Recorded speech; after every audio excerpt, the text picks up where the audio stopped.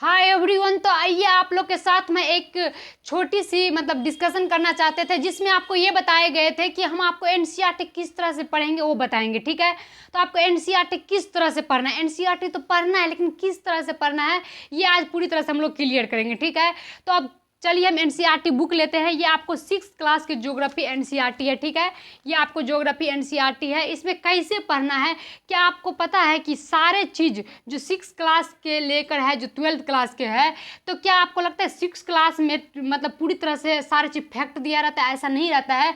बच्चे का बुक है, बच्चे के अनुसार भी बनाया रहता है। उसमें कुछ कुछ फैक्ट है जो आपको लो लेवल से लेते गया है और 12th में क्या किया, हाई लेवल किया। ठीक है, धीरे धीरे आपको सीढ़ी चढ़ते गया है, इस तरह से बनाया गया है। तो इसमें सारे चीज पढ़ने में हमारे समय बर्बाद होगा, तो पढ़ना कैसे है इसको हमें बताना होगा। तो इसके लिए सबसे पहले मैं एक आप लोग जानकार दो, खुद से सेल्फ स्टडी तो करना ही, लेकिन क्या सेल्फ स्टडी में आप पूरी तरह से कर पाएंगे? ये नहीं होता है। कोई भी स्टूडेंट हो, चाहे आप रहे या कोई भी हो या हम रहे, कोई भी आदमी एक बार में अगर पहली बार आप एनसीईआरटी पढ़ रहे हैं तो उसमें आप नहीं पढ़ पाएंगे बिना टीचर के गाइडेंस का। कहेंगे क्यों? क्योंकि आप शब्दों को ही नहीं समझ पाएंगे। ठीक है, तो इसके लिए आपको टीचर का गाइडेंस बहुत जरूरी है, ताकि आपको वो एक पॉइंट्स बना कर दे और आप वो कर पाएंगे। ठीक है, तो आप किस तरह से पॉइंट्स बना देंगे, या सेल्फ स्टडी कर रहे हैं तो आप किस तरह से सेल्फ स्टडी करेंगे वो हम आपको बताएंगे। ठीक है, तो चलिए मान लीजिए ये आपको ये 5 नंबर चैप्टर है। ठीक है, पृथ्वी के प्रमुख परिमंडल। ठीक है, ये आप देख रहे हैं इस तरह से आपको बस दिखाई जो भी देता होगा फोन में आपको थोड़ा बहुत दिखाई दे रहा होगा। ठीक है,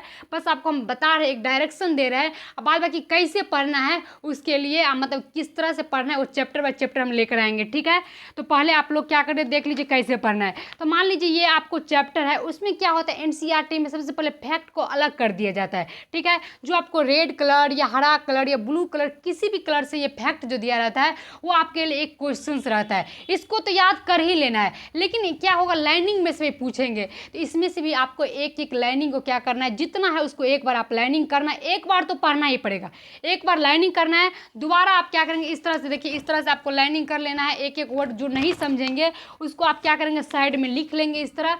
ठीक है, और नहीं लिखने के बाद क्या करेंगे, आपको पूरी तरह से जैसे आपको समझ में आएगा एक बार पढ़ना पड़ेगा एनसीईआरटी पूरी तरह से, या आप टीचर के गाइडेंस में ले रहे हैं तो वो भी आपके लिए बेटर होगा।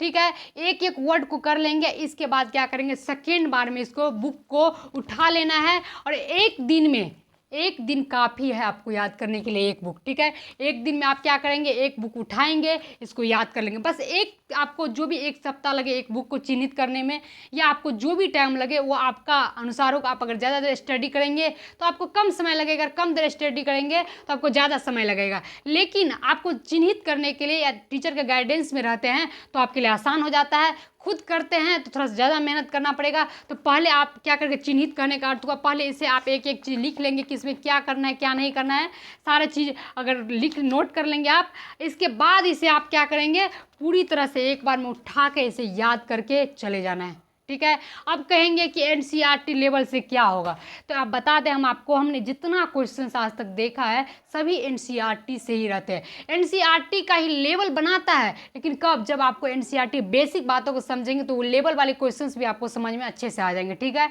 तो बस आपको इस डायरेक्शन बता दें कि किस तरह से पढ़ना है। सारे बुक्स का अपना अपना है, आप पढ़ेंगे। ठीक है, बाद बाकी आपको चैप्टर बाय चैप्टर बहुत जल्दी कोशिश करें, आपको 2 महीने में सारे बुक्स को ख़त्म कर देंगे। फिलहाल के लिए अब स्टडी चल रही है, आप लोगों के साथ बहुत जल्द हम आप करेंगे। ठीक है, तो चलिए आपको आज के लिए यही बताना था। मिलते हैं आपको अगले क्लास में। Thank you.